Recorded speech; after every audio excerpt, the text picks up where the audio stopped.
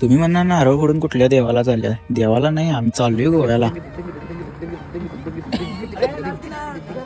रात्री 12 वाजता बाहेर पडलो. थंडी ढीग हो. आणि ह्यो बघा कसा बसला. डायरेक्ट आंबोलीत थांबलो नाश्ता करायला. थंडी वाजायला जाम. सोडल्यात घरात तुला?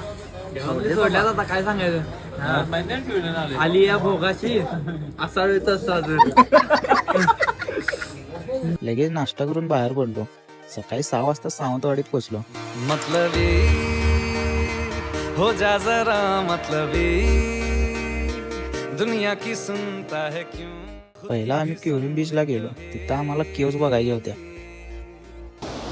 पोरं सगळे पहिल्यांदा गोव्याला आल्यात त्यामुळे लई खुश आहेत. दुनिया की सुनता है क्यों खुद की भी सुन ले कभी. तिथे गेल्यावर कळलं केव्स मध्ये पाणी आले. पहिला दिवस आज.